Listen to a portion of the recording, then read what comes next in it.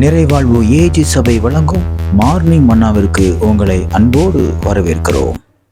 கர்த்தருடைய பரிசுத்த நாம் மகிமைப்படுவதாக. இந்த நாளில் உங்களை சந்திப்பதிலே மிகுந்த சந்தோஷம். எனக்கு அன்பான தேவ பிள்ளைகளே, இன்றைக்கும் கர்த்தர் நம்மளோட பேசுகிற வார்த்தை 1 சாமுவேல் புஸ்தகம் 18வது அதிகாரம் 14வது வார்த்தையை நான் வாசிக்கிறேன். தாவீது தன் செய்கைகளில் எல்லாம் புத்திமானாய் நடந்தான், கர்த்தர் அவனோடே கூட இருந்தார். தாவீதை பற்றி இங்க அருமையாக வேதம் ஒரு சாட்சியை ஏற்படுத்துகிறது.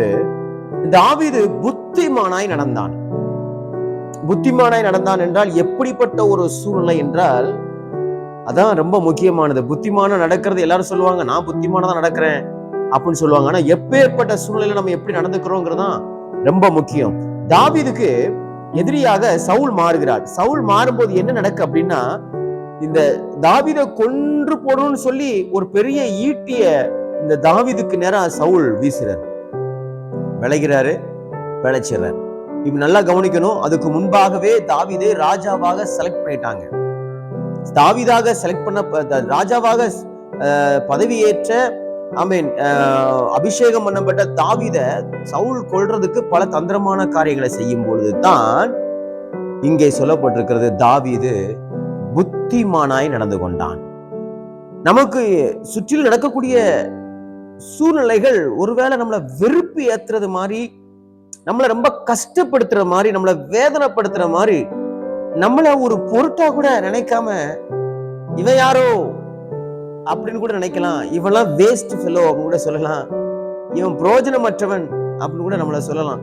நம்ம நிக்கிறோம், நம்ம இருக்கிறோங்கிறதுக்கு ஒரு அடையாளம் கூட இல்லாம கூட நம்மளை அப்படி நடத்தி கொண்டிருக்கலாம். ரொம்ப கேவலமா, ரொம்ப சீப்பா. அந்த சூழ்நிலையில நம்ம எப்படி நடந்து கொள்கிறோம்?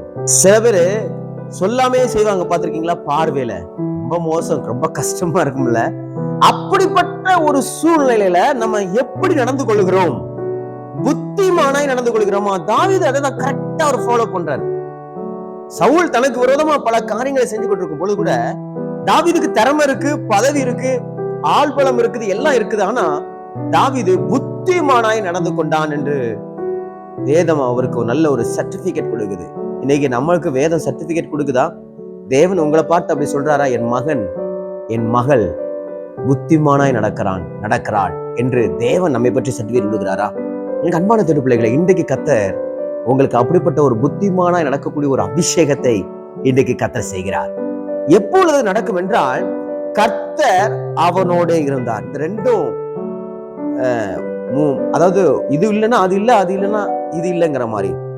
தாவீது புத்திமான நடந்தான், கர்த்தர் அவனோட கூட இருந்தார். கர்த்தர் அவனோட கூட இருந்தார், தாவீது புத்திமான நடந்தான். இந்த ரெண்டையுமே நம்ம பிரிக்க முடியாது. நம்ம புத்திமான நடந்தா கர்த்தர் நம்ம கூட இருப்பாரு, கர்த்தர் நம்ம கூட இருந்தா நம்ம புத்திமான நடப்போம். இன்னைக்கு அநேக நேரத்துல புத்தியற்ற முடிவுகள் எடுத்து இன்னைக்கு எத்தனை குடும்பங்கள் பிரிஞ்சு கிடக்கு தெரியுமா? கணவன் மனைவி பிரிஞ்சு போயிருக்கிறாங்க, பிள்ளைங்க பெற்றோர்கள் பிரிஞ்சு போயிருக்கிறாங்க. சில பிள்ளைங்க புத்தியற்ற முடிவுகள் எடுத்து படிப்பை விட்டுட்டு வேலைக்கு போயிட்டு இருக்கிறாங்க.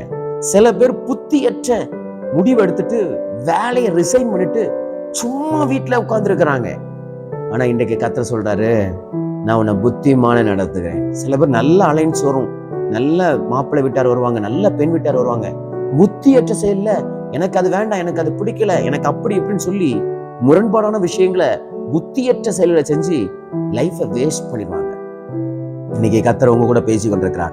புத்தியற்ற செயல்களை செஞ்சதுனால ரொம்ப வேதனையோடு கூட இருக்கீங்களா? ஐயோ, ஏன் நான் இப்படி நடந்துக்கிட்டேன்னு எனக்கு தெரியல, என் வாழ்க்கையில மட்டும் ஏன் இப்படி நடக்குதுன்னு தெரியலன்னு சொல்லி ரொம்ப வேதனையோடு இருக்கீங்களா? கர்த்தர் சொல்றாரு, நான் இன்னைக்கு உன்னை புத்திமானாய் மாற்றுகிறேன். இனி நீ உன்னுடைய வாழ்க்கையில எடுக்கக்கூடிய எல்லா முடிவுகளிலும் ஒரு புத்தி உள்ள ஒரு மகன், ஒரு புத்தி உள்ள மகள் எப்படி தன்னுடைய முடிவுகள் எடுத்துக்கொள்வாளோ அதே போல எடுக்கக்கூடிய அந்த திறமைகளையும் அந்த ஞானத்தையும் நான் உனக்கு தருகிறேன் என்று வானத்தையும் பூமி உண்டாகின கர்த்தர் சொல்கிறார். கர்த்தர் உங்க கூட இருக்கிறபடினால நீங்க புத்திமானாய் நடப்பீங்க. அடுத்த வசனத்தை வாசித்தீங்கன்னா ரொம்ப பயங்கரமா இருக்கும். நான் வாசிக்கிறேன் பாருங்க. அவன் மகா புத்திமானாய் நடக்கிறதை சவுல் கண்டு அவனுக்கு பயந்து இருந்தான் என்று சொல்லப்பட்டிருக்கிறது. பாத்தீங்களா? சத்ரு நம்மளை பார்த்து பயப்படணும்னா நம்மளுக்கு ஆள் பலம் இருக்கணும், பெரிய ஆளா இருக்கணும், பணம் இருக்கணும், அப்படிலாம் இல்லைங்க. நீங்க புத்திமானாய் நடந்தாலே உங்களை பார்த்தா பயப்படுவான் எதிரி. ஏய், அவன்கிட்ட மட்டும் மோதாத, அவன் போடுற பிளான், அவன் பண்ற ஜெபம், அவன் பண்ற உபவாசம், அவன் கர்த்தரோடு இருக்கிற பக்தி வைராக்கியம் நம்மளை சுட்டெரிச்சிரும்னு சொல்லி நம்மளை குறிச்ச ஒரு பெரிய பயம் சத்ருவுக்கு உண்டாகும். அப்படி ஏற்படுத்த விரும்புறீங்களா? இல்ல மனித பலத்தையும் பணபலத்தையும் காட்டி சத்ருவை பயம் காட்ட விரும்புறீங்களா? புத்திமானா நடங்க. நான் சொல்லுகிறேன், சத்ரு உங்களை பார்த்து பயந்து நடுங்குவான். காரியங்கள் எல்லாம் கர்த்தர் வாய்க்க செய்வார். இன்றிலிருந்து கர்த்தர் உங்களோடு இருப்பார். இன்றிலிருந்து கர்த்தர் உங்களுக்கு ஒரு விசேஷ ஞானத்தை கொடுத்து புத்திமானாய் நடக்க கர்த்தர் உதவி செய்வாராக. புத்தியற்ற செயல்களால இழந்த எல்லாவற்றையும் புத்திமானாய் மாறினதுனாலே எல்லாவற்றையும் ரெக்டிஃபை பண்ண, திரும்பி பெற்றுக்கொள்ள கர்த்தர் உங்களுக்கு உதவி செய்வாராக. இந்த நாள் உங்களுக்கு ஒரு ஆசீர்வாதமான நாள் இருப்பதாக. God bless you.